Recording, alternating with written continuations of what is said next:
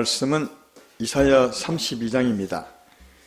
오늘은 1절부터 8절까지 하겠습니다. 이사야 32장 1절부터 8절까지 보겠습니다. 보라, 장차 한 왕이 공의로 통치할 것이요 방백들이 정의로 다스릴 것이며, 또 그 사람은 광풍을 피하는 곳, 폭우를 가리는 곳 같을 것이며, 마른 땅에 냇물 같을 것이며, 곤비한 땅에 큰 바위 그늘 같으리니, 보는 자의 눈이 감기지 아니할 것이요 듣는 자가 귀를 기울일 것이며, 조급한 자의 마음이 지식을 깨닫고 어눌한 자의 혀가 민첩하여 말을 분명히 할 것이라. 어리석은 자를 다시 존귀하다 부르지 아니하겠고, 우둔한 자를 다시 존귀한 자라 말하지 아니하리니, 이는 어리석은 자는 어리석은 것을 말하며 그 마음에 불의를 품어 간사를 행하며 패역한 말로 여호와를 거스리며, 줄인 자의 속을 비게 하며 목마른 자에게 마실 것을 없어지게 함이며, 악한 자는 그 그릇이 악하여 악한 계획을 세워 거짓말로 가련한 자를 멸하며, 가난한 자가 말을 바르게 할지라도 그리함이거니와, 존귀한 자는 존귀한 일을 기획하나니 그는 항상 존귀한 일에 서리라. 아멘. 오늘 2부 예배 말씀은 장차 한 왕이 통치하시리니, 통치하실 때 어떻게 되느냐 하는 것을 이제 말씀하는 내용입니다. 구약 말씀이니까 장차 한 왕이 통치할 것이다. 장차 한 왕은 예수님이시죠. 예수님이 장차 통치하게 될 것이다. 오늘날 우리 시대를 비추어 보면 이미 한 왕이 통치하고 있는 겁니다. 그래서 장차 한 왕이 통치할 때 어떻게 될 것인가, 이렇게 이제 구약은 말씀하는데, 오늘날 우리 편에 보면 이미 통치하고 있으니까 이렇게 통치하시는구나 하는 것을 이해하셔서 이 왕의 통치를 받고 살아가시는 여러분 되기를 주의 이름으로 축원합니다. 어떻게 통치하느냐, 1절을 보십시오. 보면 보라, 장차 한 왕이 공의로 통치할 것이요 방백들이 정의로 다스릴 것이며, 이렇게 말합니다. 그러니까 왕이 공의와 정의로 통치하신다, 그 말이죠. 정의라는 것은 뭐죠? 바를 정자 의로울 의니까 바른 뜻으로 통치한다는 말이고요. 여기 공의는 이제 우리는 분명히 이제 알아야 합니다. 성경의 공의는 두 가지 의미가 있습니다. 하나는 미스펫이고 하나는 사닥입니다. 미스펫은 뭐냐 하면 하나님이 선포하는 겁니다. 너는 의롭다. 죄인이지만 예수 믿는 자를 두고 의롭다, 이렇게 선포하는 게 미스펫입니다. 그러나 또 다른 의미는 공의롭고 정의롭고 깨끗하고, 이게 이제 공의입니다. 근데 오늘 본문에는 한 왕이 통치하시리니 그가 공의로 통치할 것이요. 여기 공의는 미스패치겠습니까? 사닥이겠습니까? 설명을 안 해주고 그렇게 물으면 어떻게 합니까? 이렇게 설명을 제가 자주 했기 때문에 이렇게 묻는 겁니다. 여기 공의는 공의롭게, 그 다음 깨끗하게, 의롭게입니까? 아니면 예수로 말미암아 네가 죄 없다, 이 선포하는 공입니까? 이때는 보통 예수님께 좀 붙는 게 낫습니다. 우리 저 예수로 말미암아 우리를 죄 없다. 왜냐하면 그 밑에 정의가 있거든요. 정의가 그 바른 뜻이니까, 공의의 다른 의미도 이 정의와 같은 겁니다. 사닥이라는 말은 정의와 같은 말이니까, 여기 이제 정의가 나오잖아요. 정의가 나오고 공의에 나오는 이 공의는 깨끗하고 의로운 걸 말하는 것이 아니라, 우리가 비록 죄를 지었다 할지라도 정말 회개하고 예수님 믿으면 하나님이 의롭다 하십니다. 그 의를 말하는 거다. 공적인 의를 말하는 것이다. 장차 예수님은, 우리에게 계신 주님은 어떻게 다시는 정의로 통치하시고 공의로 통치하신다. 그러니까 우리에게 정의를 행하게 하신다는 겁니다. 정의를 행하게 하시고, 또 정의를 행하다가 정의롭게 살지 못할 때 갯길로 가는 것이 되죠. 죄를 짓는 것이 되죠. 오늘 아브라함처럼 어디로요? 거랄로 내려가게 되죠. 그때 어떻게 한다고요? 정말 회개하고 십자가를 붙들면 하나님이 다시 의롭다 하시고, 할렐루야. 그리고 다시 정의롭게 살게 하시는 거예요. 이게 이제 지금 우리에게 계신 예수님이 우리를 통치하는 거다. 근데 이 예수님의 통치는 세상의 통치와는 좀 다릅니다. 세상의 통치는, 세상에 요즘 이제 대통령이 통치하지만, 전에는 이제 왕이 통치했죠. 왕이 어떻게 통치하느냐? 왕은 이제 법으로 통치합니다. 법을 만들어서 백성들에게 이렇게 살지다, 도둑질 하지 말고, 이렇게 이제 법을 이제 주고, 사람들은 그 법을 보고 도둑질하면 죄를 짓고 벌을 받겠구나, 이렇게 이제 합니다. 그러니까 왕이, 이 세상 임금은 그냥 법만 주는 거죠. 법만. 백성도 법만 받습니다. 근데 이게 죄인이 법을 받아 사니까 참 살기 힘듭니다. 근데 이제 하나님의 통치, 정의를 통치하시면 법만 주는 것이 아니라 능력도 줍니다. 왜냐하면 그분이 친히 우리 안에 오시거든요. 성령이 우리 안에 오시거든요. 왕이 우리 안에 오시거든요. 이 온 자체가 그분은 평강의 하나님, 사랑의 하나님, 은혜의 하나님이시니까. 그리고 통치한다는 말은 그분이 우리 마음을 주장한다는 말이거든요. 성령이 오시면 여러분의 영에 오십니다. 영에 오신 주님이 우리를 통치할 때는 우리 마음에 영광을 드러내셔서 우리 마음까지 은혜를 드러내시죠. 주의 평안과 기쁨과 사랑으로 우리 마음을 통치합니다.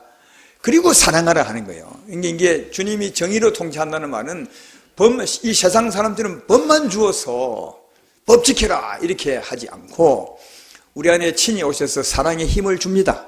평안의 힘을 줍니다. 그리고 평안하게 살아라. 사랑의 힘을 주시면서 사랑하라. 할렐루야. 오른밤을 치면 왼밤을 돌릴 수 있는 힘을 주시면서 네가 그렇게 살아라. 이렇게 하는 것이니까 주님이 정의로 통치하시고 우리가 정의의 통치를 받아 정의롭게 사는 것은 참 쉬워요. 알고 보면 어려운 것이 아니고 무거운 것이 아니고 정말 주님은 우리 안에 오셔서 그 능력으로 통치하시고 그렇게 살게 하시니까 알고 보면 굉장히 쉬운 거다. 여러분 안에 예수님이 계십니다.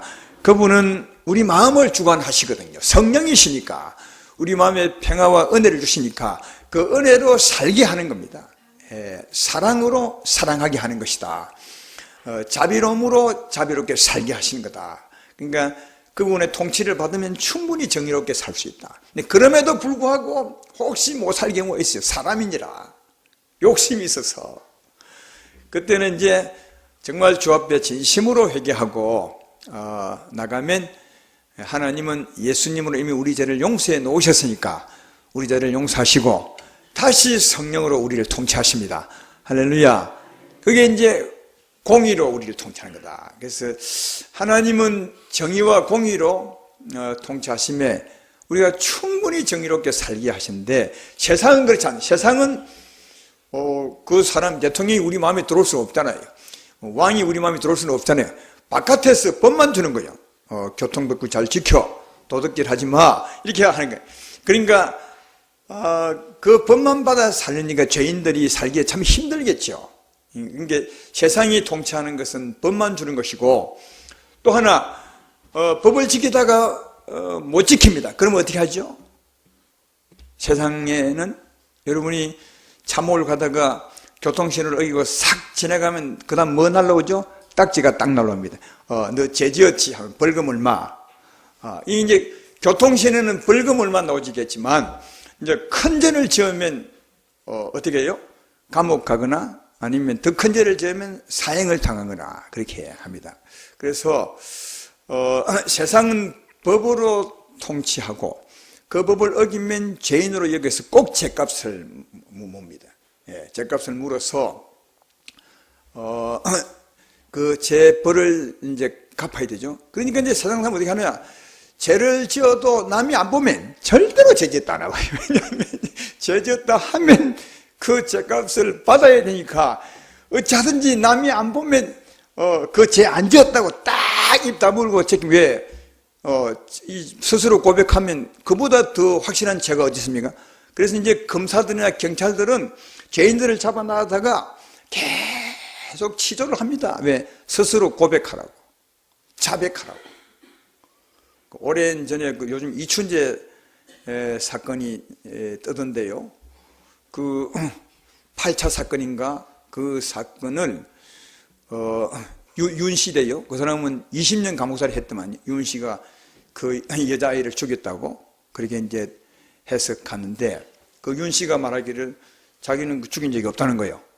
근데 그분은 내가 봐도 죽인 사람은 아닌 것 같아요. 왜냐하면 몸이 좀 불구하고 몸이 배 여자한테 이기지도 못할 것 같은데 그게 그러라면 자백을 시켜가지고 그때는 잠을 안 재우고 자백을 시켜가지고 그 사람이 얘기해요. 내가 그렇게 하는 게 아니라 얘기해가지고 딱 죄를 자백하면 그냥 집어넣습니다. 예. 그래서 세상 사람은 어찌하든지 자백 안 합니다. 왜? 자백하면 그 죄를 인정하고 들어가니까요. 요즘 최근에 한 사람도 절대 자백 안 하잖아요. 누구 모르죠? 몰라도 괜찮습니다. 절대로 자백 안 해요. 자백하면 그 죄가 인정이 되고 그 죄가 치료가 되니까요. 근데 하나님 앞에는 달라요. 이걸 아셔야 돼요. 그러니까 하나님이 통치와 세상의 임금의 통치는 정말 다른 겁니다. 예. 하나님 앞에 통치는 우리가 죄를 지으면 우리 하나님 앞에 죄를 지었다고 고백해야 돼. 자백해야 돼. 왜?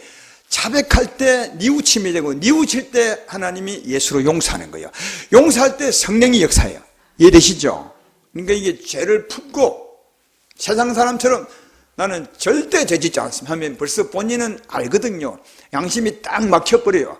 악을 품고 살거든요. 악을 품고 살면 하나님께 용서도 받지 못해. 용서받지 못하면 성령 역사도 못하니까 하나님과 둘이 따로 떨어져 살아. 하나님의 자녀일지라도 늘 자기는 어둡고 괴로운 마음으로 살 수밖에 없어. 근데 이걸 주 앞에 진심으로 내어놓아버리면 하나님이 우리를 아시고 용서하시고 예수로 용서하시고 다시 성령으로 역사하사 우리와 하나님과 평화와 하나님의 사랑을 교제할 수 있습니다. 이해되시죠? 하나님 앞에서는 정말 자백하셔야 돼. 근데 세상하고 너무 틀리니까 세상에 살던 사람이 하나님 앞에도 자백을 안 하려고 입 딱 다물고 있는데 입 다물고 있는 하나님은 손해. 왜? 그 죄를 품고 뭐하러 살겠어요? 죄는 영적으로 말하면 똥인데 똥을 품고 살면 그게 얼마나 힘들겠어요? 너무너무 괴롭죠. 그래서 하나님을 아시면 정말 고백해요. 진심으로 자백하면 주님이 용서하시고 다시 우리 영혼을 새롭게 하시고 하나님의 사랑으로 회복시켜 주리라 믿습니다. 이런 여러분 되기를 주의 이름으로 축원합니다. 근데 만약 우리가 세상 사람처럼 지금 뉴스에 나온 사람 죄를 딱 지었다고 하자. 그래 안 하면 참 좋겠지만 하자. 그러면 어떻게 되겠어요? 자백 안 해야 되겠습니까? 아니면 시원하게 해병이 좋겠습니까? 시원하게 해버려야 돼. 그래야 살아.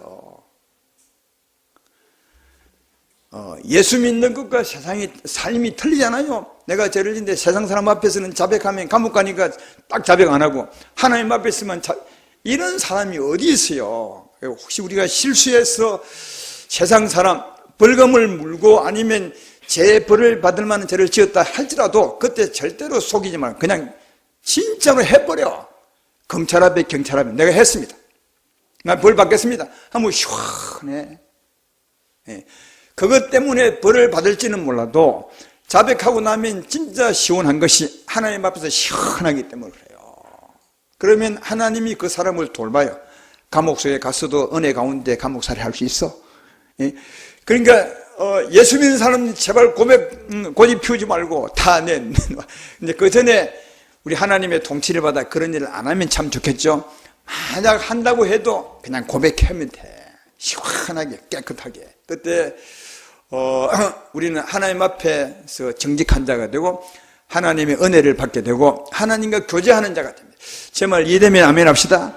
요즘도 그 생각 해봐요. 아마 그걸 속이고 안 했다고 나는 절대로 모른다고 우리 집사람이 했다고 이렇게 다 하는데 답답해요. 내 같으면 그냥 하면 될 텐데 시원하게 해버리면 얼마나 자유하겠어요. 여러분 우리 인생은요 똑같습니다. 우리는 그런 사람을 볼 때 뭐 저런 죄를 지었을까 사태질하고 발가락질하고 막 이래 하는데 사실은 똑같아요. 근데 그분들이 나쁜 게 뭐냐? 죄 짓고도 죄 안 짓도 하는 그게 나쁜 거예요. 진짜는 죄 지었으면 지었다고 고백하는 겁니다. 솔직히 내어놓으세요. 그래야 정말 마음이 시원하고 하나님이 기뻐하시고 하나님과의 교제는 이루어지는 거다. 이해되시죠? 근데 하나님 믿는 사람들은 그런 짓 잘 안 하죠. 왜? 하나님이 정의로 통치하시니까. 하나님의 은혜와 하나님의 자비와 하나님의 인애와 하나님의 진실로 우리를 통치하고 그 통치를 받아 사는 사람들은 그런 죄를 짓지 않죠. 그런 죄를 짓더라도 많이 뉘우치고 돌아오시면 되고, 예. 그래서 하나님과 나 사이 죄는 그냥 하나님께만 고백하면 돼요. 근데 혹시 그로 말미암아 다른 사람에게 죄를 지었다면 다른 사람에게 미안한 용서를 빌면 되는 것이고요. 사회적으로 소문이 나버리면 그냥 자백하면 돼요. 그래서 하나님 앞에서의 관계가 시원하게 되어야 영육간 하나님의 은혜를 받고 살아갈 수 있다. 그런 것입니다.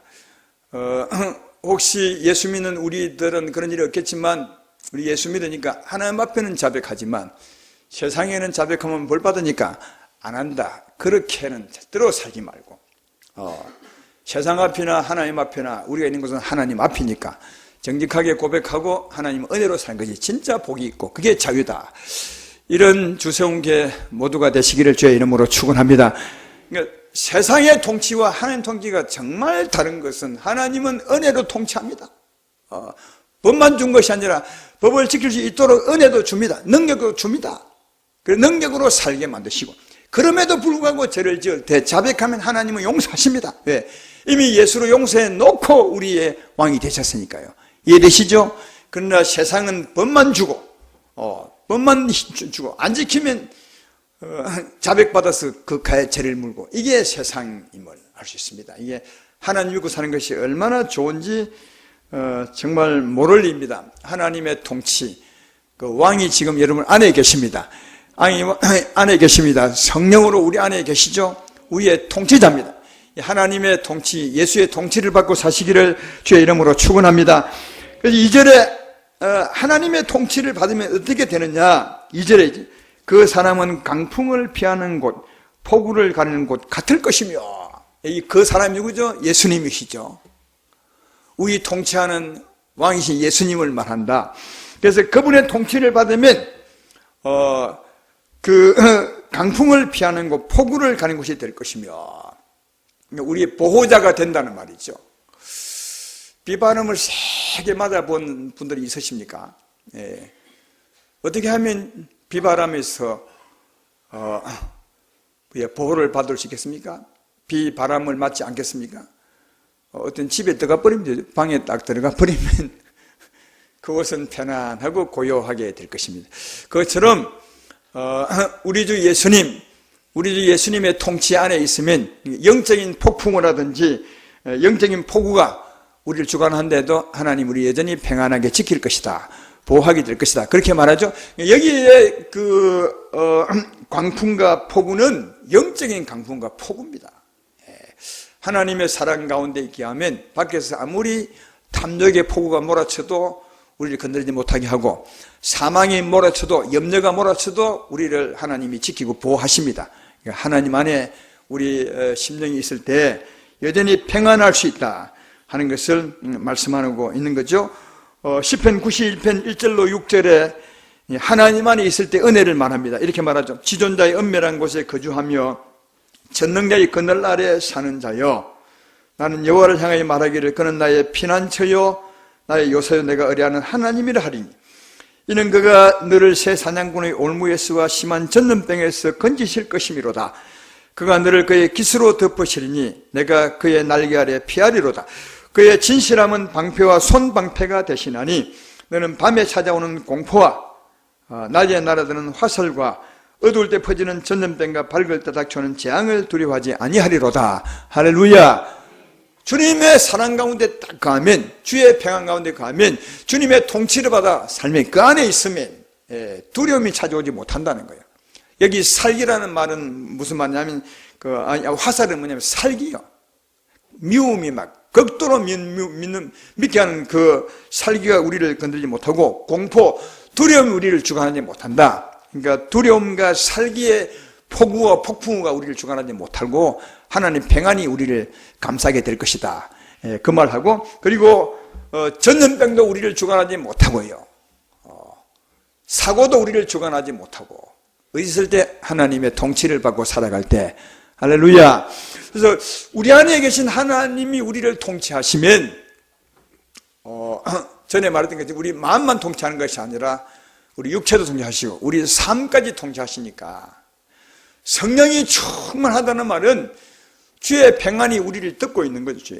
주의 영광이 우리를 덮고 있는 거, 주님의 사랑이 우리를 덮고 있는 거. 뭔가 눈에 보이지 않지만 하나님의 영광이 우리를 딱 덮고 있어요.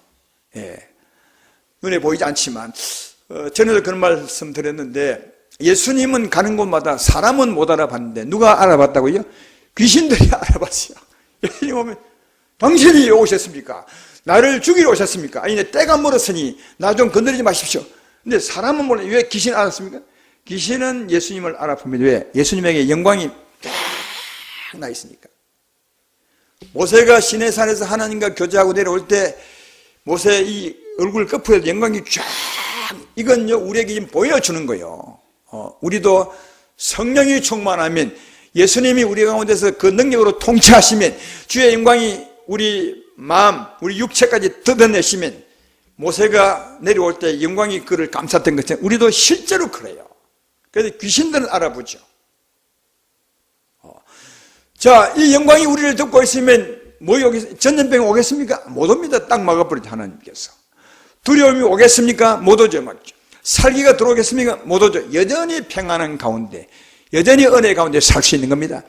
이 하나님의 보호막은 너무너무 좋아서 이 피난처 같은 주님의 보호처는 너무너무 좋아서 우리 가는 곳마다 딱 이게 화장실에 가도 딱 듣고 계시고 밥 먹으러 갈 때도 딱 듣고 계시고 직장 가서 일할 때도 딱 듣고 계시고 그러니까 이웃은 막 감기 걸려서 넘어져도 우리는 여전히 딱 지키고 있어서 할렐루야. 이런 통치받고 살고 싶지 않으십니까? 이 통치는 얼마든지 우리 안에 계신 주님을 의지하면 되는 것입니다. 할렐루야. 그러니까 아침에 나 기도할 때 주여 오늘 나를 통치하여 주셔서 주의 은혜의 그늘 아래 살아갈 수 있도록 역사해 주십시오. 내가 가는 곳마다 주의 영광 나를 덮으셔서 사고가 다가오지 못하게 하시고 사망이 다가오지 못하게 하시고 영적 폭풍가 다가오지 못하게 하시고 여전히 주의 은혜 가운데 가게 하여 주시옵소서. 이렇게 사는 거예요. 이게 아침 기도입니다. 그러면 진짜 많은 사람이 여러분 옆에서 넘어지고 자빠지고 해도 여러분은 여전히 하나님의 보호 가운데 살아갈 수 있게 될 것이다. 그런 거죠. 전염병이 올 때, 재앙이 올 때 두려워하지 않을 것은 하나님이 내 피난처가 될 것이기 때문이다. 이런 은혜로 사시기를 주의 이름으로 축원합니다. 그리고 그 다음 2절 그 뒤에 마른 땅의 냇물 같을 것이며 하나님의 통치를 받을 때 실제로 하나님은 우리 안에 계셔서 샘물처럼 그 은혜를 솟구치게 한다고 하잖아요. 요한복음 7장 37절로 38절에 주님이 말씀하시죠. 예수께서 서서 외쳐 이르시되 누구든지 목마르거든 내게로 와서 마시라. 나를 믿는 성경의 이름같이 그 배에서 생수의 강이 흘러나오리라. 요한복음 6장 35절에 예수께 이르시되 나는 생명의 떡이니 내게 온 자는 결코 줄이지 아니할 터요 나를 믿는 영원히 목마르지 아니하리라. 할렐루야. 주님의 통치를 받으면 바깥으로만 감싸고 있는 것이 아니라 안에는 샘처럼 막 솟아나죠. 하나님의 사랑의 샘이, 은혜와 자비의 샘이 솟아나게 되죠. 우리 심령을 적시게 되는 거다. 이해가 되시죠? 그래서 마른 땅에 냇물 같을 것이며 하나님의 통치를 받아 살면 우리 심령이 그렇다. 메마른 땅을 아무리 그래가도 피곤치 않고 힘들지 않고 세상이 참 힘들지만 내 주위 여건은 나를 막 우겨 싸우고 힘들게 하지만 그러나 내 속에는 하나님의 샘물이 터져서 은혜롭게 살아갈 수 있다. 예, 하나님의 통치, 장차 한 왕이 오셔서 여러분을 통치하시면 이런 은혜를 받고 살아갈 수 있다고 말씀하고 곤비한 땅에 큰 바위 그늘 같을 것이며 여러분 시골에 살아보지 않아서 잘 모를 텐데 그늘 중에 제일 시원한 그늘이 무슨 그늘인지 아십니까? 글을 읽었으면 금방 답이 나와요. 그늘 중에 제일 시원한 그늘은 그냥 가면 두꺼운 그늘이죠. 바위 그늘입니다. 예, 바위, 큰 바위 돼 가면 시원하고요. 이 바위 그늘을 아시는 분은 싱긋이 웃네요 보니까. 정말 이 두꺼운 바위 뒤에서는 진짜 그 뜨거운 여름에도 시원해. 이 말 왜 비유로 쓴 겁니다. 하나님이 성령께서 예수님께서 우리 안에서 통치하시면 마치 우리 바위 그늘 아래 숨겨진 것처럼 하나님의 생명과 평안으로 시원하게 되리라 믿습니다. 이 통치를 받고 살기를 주의 이름으로 축원합니다. 저는 이런 설교를 들을 때 마치 우리와 관계없이 까마득한 다른 사람의 얘기처럼 들을까 싶은데 염려가 되는데 이 우리의 현실이에요. 여러분 안에 왕이 계십니다. 예수님이 계십니다. 이 통치를 받으면 이런 은혜가 내 것이라는 거예요. 하나님의 통치를 받으셔서 이 은혜가 여러분 것이 되기를 주의 이름으로 축원합니다. 그래서 3절에 보는 자의 눈이 감기지 아니할 것이요 듣는 자의 귀를 기울일 것이라. 그러니까 이런 하나님의 통치를 받으면 통치를 받고 사는 사람은 주를 바라보지 아니할 수 없죠. 왜? 은혜가 그에게 있으니까. 그래서 주의 통치를 진짜 받고 사는 사람은 눈이 그에게서 안 떨어지는 거죠. 그만 바라보는 거죠. 주만 바라보는 거죠. 이해되시죠? 근데 그분의 안에는 늘 말씀으로 통해서 오시거든요. 그래서 귀를 그에게 기울이게 될 것이다. 이 말씀은 이사야 32장 말씀인데, 이 이사야 32장은 예수님 오시기 전 한 600년 전의 이 얘기예요. 600년 후에 왕이 오시면 이렇게 될 것이다. 근데 우리 시대는 이 왕이 지금 진짜 오셔서 우리 안에 통치하고 계신 거예요. 이러시죠? 그러니까 이때는 먼 훗날 얘기지만 지금은 이게 내일 얘기요. 여러분 안에 왕이 계십니다. 여러분의 진짜 왕이죠. 세상 같은 왕이 아니라 진짜 왕이 우리 안에 계시다. 이 통치를 받고 살아가시면 그 은혜를 입게 될 것이고, 은혜를 입게 되면 우리는 날마다 그분만을 바라보게 될 것입니다. 그분의 말씀에 귀를 기울이게 될 것입니다. 이렇게 사시기를 주의 이름으로 축원합니다. 그리고 4절에 주의 통치를 받고 살 때 조급한 자의 마음이 지식을 깨닫고 어눌한 자의 혀가 민첩하게 말을 분명히 할 것이라. 이 말은 조급한 자의 마음이 지식을 깨달게 되면 조급하지 않게 된다는 말이죠. 그러니까 하나님의 통치를 받고 주의 뜻을 알게 되면 조급하고 성질을 급한 사람이 느긋하게 돼요. 그러니까 여유로운 삶을 살아갈 수 있는 거다. 오늘 일부 예배 때 아브라함에 관한 얘기를 했어요. 아브라함이 헤브론에 살다가 그랄로 옮겼습니다. 그때 그의 통치자는 눈으로 보이는 아비멜렉이었어요. 아비멜렉이었어요. 아비멜렉 때문에 너무 무서웠어요. 자기 아내를 데려가고, 그래서 자기 목숨 건지려고 아내를 빼앗겨가면서도 아무 말도 못하고 얼마나 힘들고 조급하고 마음이 초조했겠어요. 만약에 아브라함이 오늘 내가 했던 그 설교를 미리 들었다면, 하나님이 미리 알았다면 아마 얼마나 너그러웠겠어요. 네가 우리 집사람 데려가봐. 하나님이 너 가만 안 둘 거야. 그렇게 하나님을 알고 있으면, 하나님 된 지식을 알고 있으면 너긋할 수 있죠. 여유를 살 수 있어요. 사랑하는 여러분, 우리 삶의 통기자, 여러분 삶을 아시는 이가 하나님이십니다. 때때로 우리가 약속에 갈 때 있죠. 비행기를 타러 가든가 아니면 친구가 중요한 약속에서 갈 때가 있어요. 그래서 우리는 시간 맞춰 출발합니다. 여기 시간도 늦게 가면 안 돼요. 시간을 맞춰 가야지 예수 믿는 사람이. 가는데 예상치 못하게 차가 밀리게 됩니다. 그때 여러분은 보통 조급하죠. 그러나 그런 경험을 많이 해보신 분들은 그 조급함이 누그러워져요. 하나님은 내가 알맞게 출발했으니까 알맞게 도달하게 하실 것이다. 지금 비록 막히지만 나는 하나님이 믿음으로 갈 것이다. 한번 가보세요. 편안한 마음으로 한번 가보시면 보통은 하나님이 막히는 것 같지만 꼭 그 시간에 가게 합니다. 저는 지금까지 살아오면서 그런 가지 못한 경우가 거의 없던 것 같아요. 거의 갔어요. 가는 길이 막히고 어려울 때가 있지만 하나님은 꼭 가게 하시더라고요. 꼭 중요한 일수록 더 가게 하십니다. 특별히 설교하러 갈 때는 꼭 가게 하시더라고요. 근데 혹시 못 가게 할 때가 있더라고요. 좀 늦을 때. 근데 늦었지만 가보면 늦은 게 아니에요. 이게 늦게 와야 맡을 때가 있더라고요. 그 상을 하나님이 상을 바꿔서 너무 빨리 가면 안 될 때가 있더라고요. 이해되시죠? 이게 하나님 믿는 사람들의 여유요. 그러니까 하나님을 알고 하나님에서 알게 되면 조급했던 사람이 여유롭게 된다. 실제로 하나님이 우리 삶도 그렇게 주관하게 되면 알 수 있고요. 또 어눌한 자의 해가 민첩하여 말하라. 그러니까 예수 믿기 전에는, 하나님의 통치를 받기 전에는 우리 말들이 다 미련해요. 하는 말이 자기는 지혜로운 같이 말하지만 실제로 알고 보면 되게 미련해. 그러나 하나님의 통치를 받으면 아주 지혜로운 말이 나옵니다. 누가 어떻게 말할 때 딱딱 대처하는, 민첩하게 대처하는 지혜로운 말이 나옵니다. 성령이 통치하시면요, 무슨 말을 하게 될지 하나님이 알려주십니다. 이해되시죠? 이 성령의 통치를 받게 되면 조급했던 자가 여유롭게 되고, 전에 미련하게 대처하던 자가 아주 지혜롭게 대처하게 된다. 이게 성령의 은혜라는 거예요. 하나님이 통치하시면 이런 은혜를 받게 될 것이다. 우리가 진짜 받을 것은 이 통치를 받고 이렇게 살아가는 겁니다. 그러면 이런 은혜를 받게 될 줄로 믿습니다.